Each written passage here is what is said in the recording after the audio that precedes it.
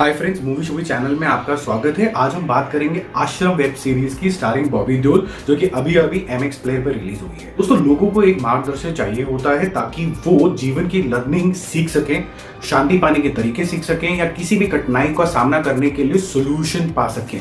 ये मार्गदर्शक होते हैं जो हमारे आसपास ही होते हैं और अलग अलग रूप में दिखते हैं, जैसे कि माता पिता जो कि हमारे से बहुत ऑनेस्ट होते हैं, स्कूल में टीचर्स जिनको हम ऑलमोस्ट गॉड का दर्जा देते हैं, और होते हैं कुछ गॉड मैन या बोले तो बाबा जिनका आध्यात्मिक ज्ञान होता है या होना चाहिए एटलीस्ट। वो माया से दूर होते हैं और बस जीवन को जन सेवा के लिए समर्पित कर देते हैं। ऐसे बाबा पे लोग जनरली बहुत ही ज्यादा विश्वास करते हैं और ऑलमोस्ट लाइक अंधभक्ति करते हैं। अगर इंग्लिश में बोला जाए तो ब्लाइंड फेथ रखते हैं। तो क्या हो, अगर यही गॉडमैन भ्रष्ट हो और अपने मार्ग से हिला हुआ हो तो हमको वो क्या मार्ग दिखाएगा? तो क्या आपको किसी पे भी भरोसा कर लेना चाहिए बिना आंखें खोले, बिना कुछ भी सोचे? विश्वास के नाम पे क्या अंधी भक्ति ठीक है? आश्रम ऐसे ही बाबा की कहानी है जो हमसे यही सवाल पूछती है कि क्या अंधभक्ति ठीक है या हमें और इंट्रोस्पेक्शन की जरूरत है।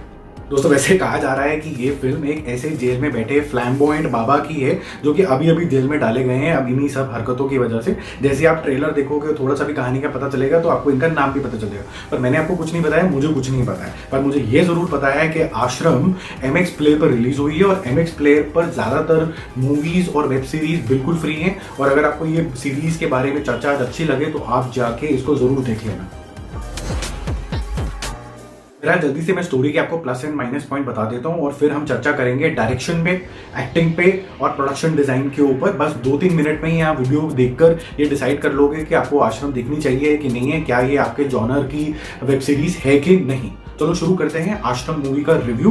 पहले जरा आप फटाफट से मेरे चैनल मूवी शूवी को सब्सक्राइब कर लो और अगर ये चर्चा अच्छी लगे तो प्लीज जरूर लाइक करना, शेयर करना।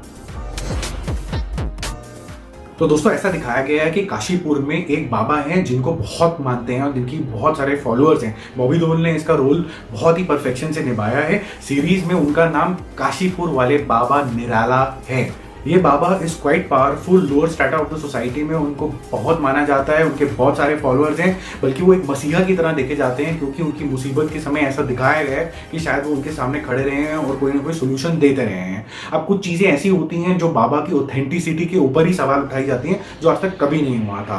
पहली चीज, पम्मी जो बाबा की एक बहुत ही गहरी डिवोटी है, वो कुछ शक पैदा करती है। दूसरा, इलेक्शन के टाइम के पास जंगल में गर्ल्स की कुछ कंकाल्स मिलते हैं एक के बाद एक, तो लोग परेशान हो जाते हैं कि ये कंकाल कैसे निकल रहे हैं और सिटी में जो शांति है वो भंग हो जाती है। यहाँ तक कि एक पुलिस इंक्वायरी भी बैठ जाती है। जब ये इंक्वायरी बैठती है तो सबका शक आश्रम और बाबा की तरफ जाना शुरू हो जाता है and doubt begins to float about the Baba Nirala truly being a मसीहा। During the same time, political and corporate agendas also surface।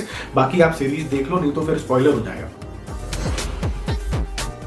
अब जल्दी से बात करते हैं direction, writing, acting, music and production design specifically, क्योंकि एक आश्रम के इन एंड अराउंड है तो प्रोडक्शन डिजाइन या आर्ट डायरेक्शन बोले तो कैसा था इसके बारे में बात करते हैं बहुत ही जल्दी से।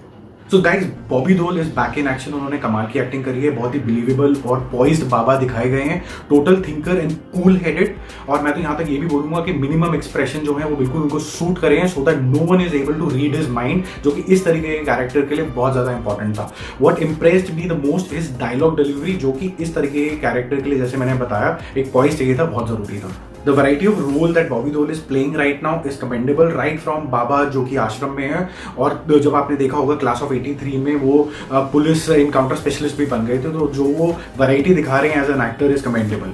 Pammi played by Aditi and Darshan Kumar as support cast are very very impressive. वो एक्टिंग में बिल्कुल अपनी महारत साबित करते जा रहे हैं। तो दोस्तों, अगर मैं ओवरऑल बात करूं, आश्रम जो MX प्लेयर पे भी रिलीज हुई है, it's a well written story, decently directed, but it has got some average music. But overall अगर देखा जाए तो Aashram still is watchable and better than most of the series recently release. और हमें ये सीरीज इसलिए भी देखनी चाहिए ताकि हमें कोई उल्लू ना बनाए सोशल इश्यूज के ऊपर, तो उनको उजागर करना भी इंपॉर्टेंट होता है। काफी डिटेलिंग की है और आप सब कैरेक्टर से रिलेट कर पाओगे। प्रकाश झा ने समा बांधा है मैं तो बोलूंगा, और आप एक के बाद एक एपिसोड देखते जाएंगे। बट फिर भी मैं ये बोलूंगा कि एडिटिंग थोड़ी सी और शार्पर हो सकती थी। जहां एक 9 एपिसोड की सीरीज बनी है, वहां एक आधा अगर एपिसोड कम होता तो ज्यादा बेटर होता और शार्पर बनती ये सीरीज। एक एरिया जो मुझे लगा थोड़ा सा इंप्रूव हो सकता था वो है प्रोडक्शन डिजाइन, जो कि थोड़ा सा मेरे को लगा एवरेज है। जैसे कि आश्रम दिखाया गया है, उसकी डिटेलिंग के ऊपर और काम किया जा सकता था।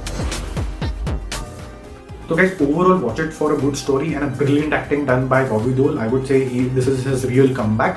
पार्ट 2 बन सकता है क्योंकि जिस तरीके से स्टोरी एंड हुई है तो वो डायरेक्शन लीड तो कर रही है पार्ट 2 की, बाकी मेकर्स पे डिपेंड करता है। चलो दोस्तों, see you again with another exciting चर्चा वेरी वेरी सून।